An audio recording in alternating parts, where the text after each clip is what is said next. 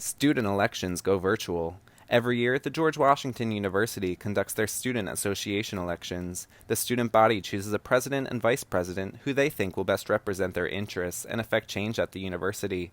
Typically, candidates can hold speeches, events, and hang posters all around campus during their campaign.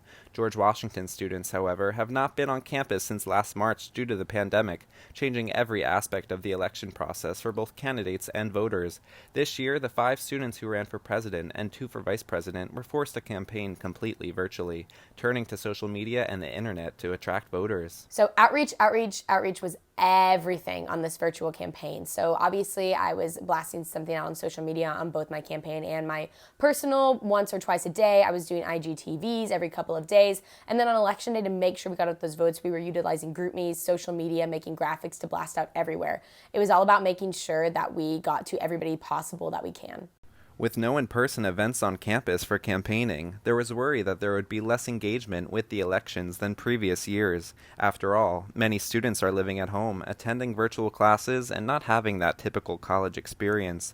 In the world of Zoom fatigue, would students really care about virtual elections this year? Sophomore at GW Lily Saradarian sat down to explain her experience with the election. As someone who's usually interested in the SA elections, it felt really different this year.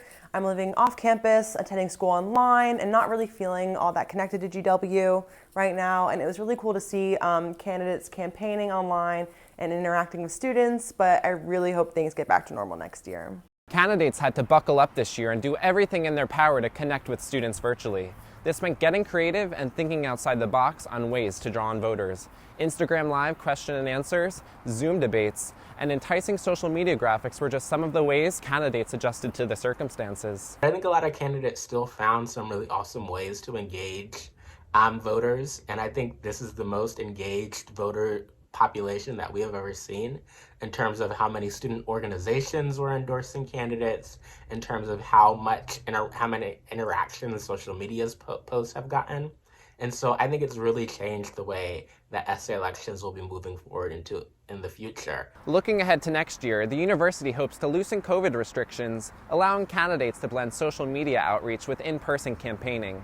Reporting from Foggy Bottom, I'm Patrick McGuire.